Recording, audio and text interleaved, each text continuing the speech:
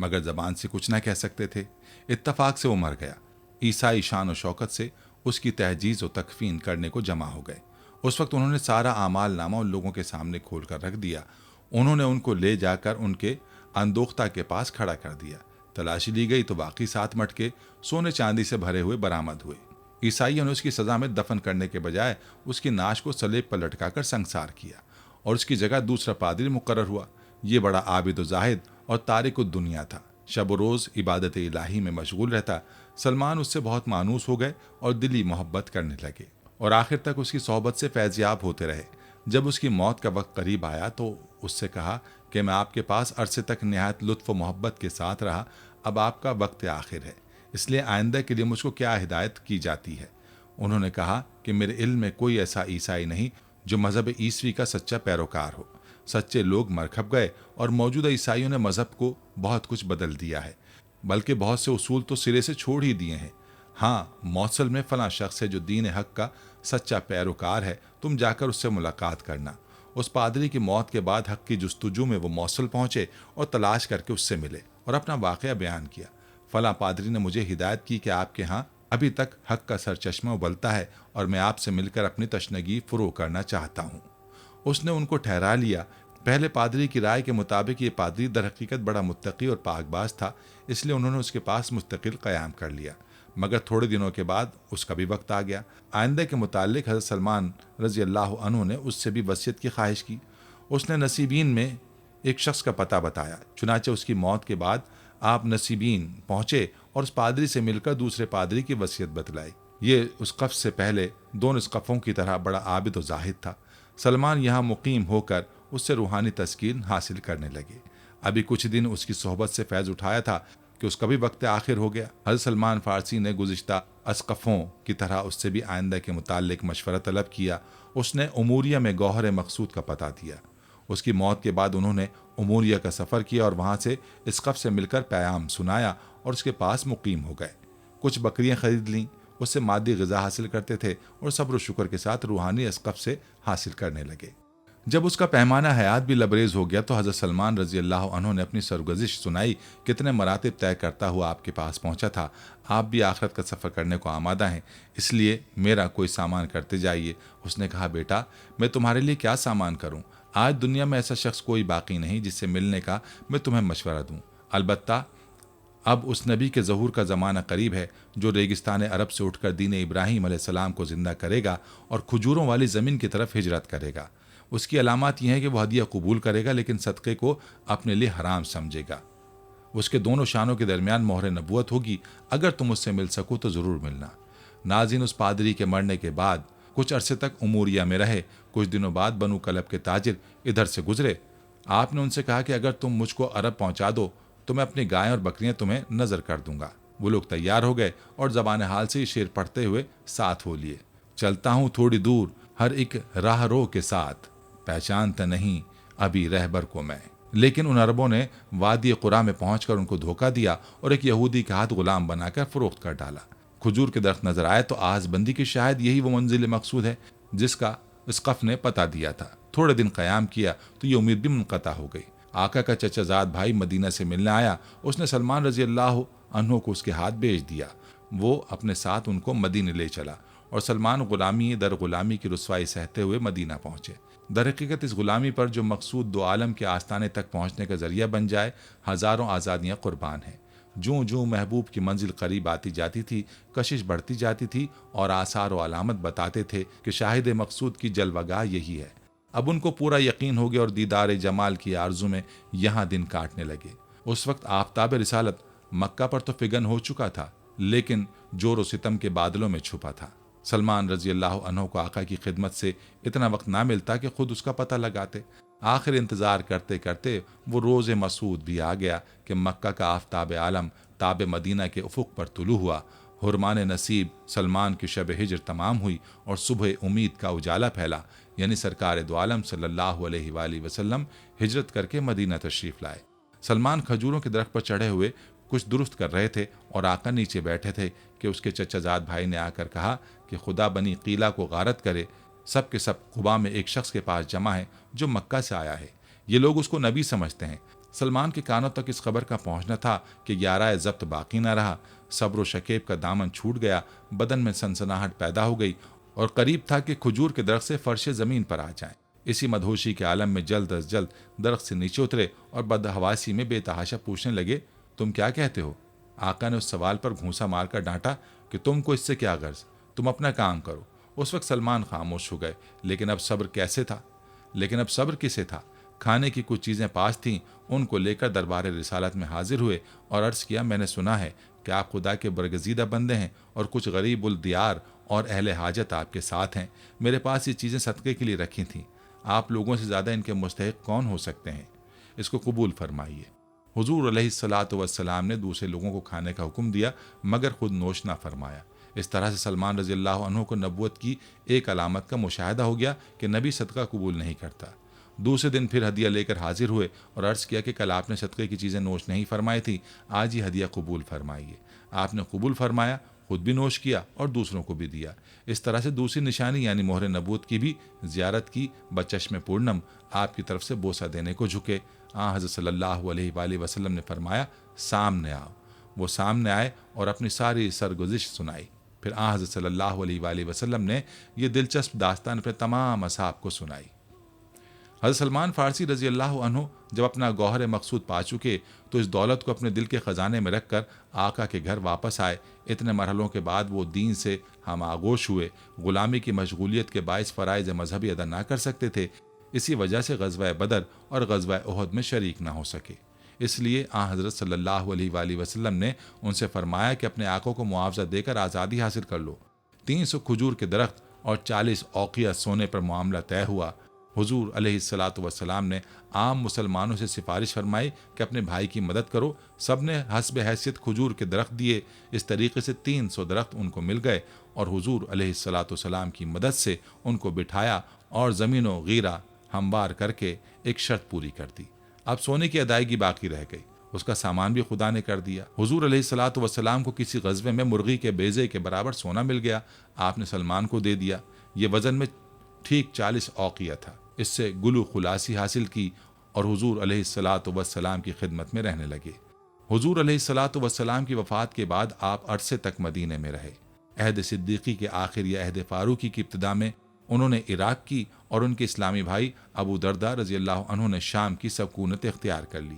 یہاں کی اقامت کے بعد ابو دردہ رضی اللہ عنہ کو خدا نے مال اور اولاد کی حیثیت سے بہت نوازا۔ انہوں نے سلمان فارسی رضی اللہ عنہ کو خط لکھا کہ تم سے جدا ہونے کے بعد خدا نے مجھ کو مال و دولت اور اہل و عیال سے سرفراز فرمایا اور ارض مقدس کی سکونت کا شرف بخشا۔ انہوں نے جواب دیا، یاد رکھو، مال و دولت اور اولاد کی کثرت میں کوئی خیر نہیں ہے، بلکہ خیر اس میں ہے کہ تمہارا علم تم کو نفع پہنچائے۔ محض ارض مقدس کا قیام کوئی فائدہ نہیں پہنچا سکتا جب تک تمہارا عمل اس قابل نہ ہو اور عمل بھی اس طرح کا ہو کہ گویا خدا تم کو دیکھ رہا ہے اور تم اپنے آپ کو مردہ سمجھو۔ دوستو، حضرت عمر فاروق رضی اللہ تعالیٰ عنہ نے اپنے دور خلافت میں انہیں مدائن کا گورنر بنا دیا۔ چنانچہ سلمان فارسی مقربین بارگاہ نبوی میں سے تھے، اس لیے عمر ان کا بہت احترام کرتے تھے۔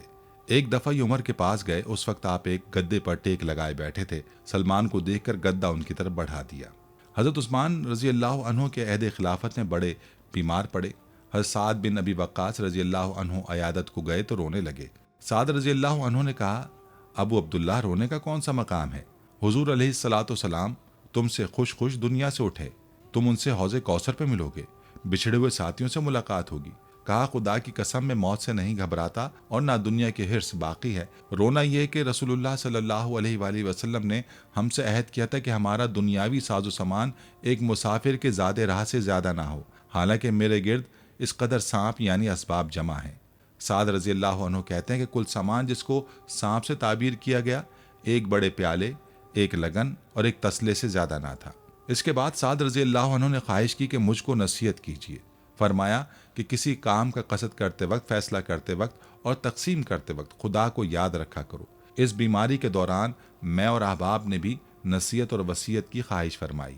فرمایا، تم میں سے جس سے ہو سکے اس کی کوشش کرے کہ وہ حج، عمرہ، جہاد یا قرآن پڑھتے ہوئے جان دے دے اور فسق و فجور اور خیانت کی حالت میں نہ مرے۔ وقت آخر آئے تو اپنی بیوی سے وہی مشک کی تھیلی منگائی اور اپنے ہاتھ سے پانی اپنے چاروں طرف چھڑکوایا اور سب کو اپنے پاس سے ہٹا دیا۔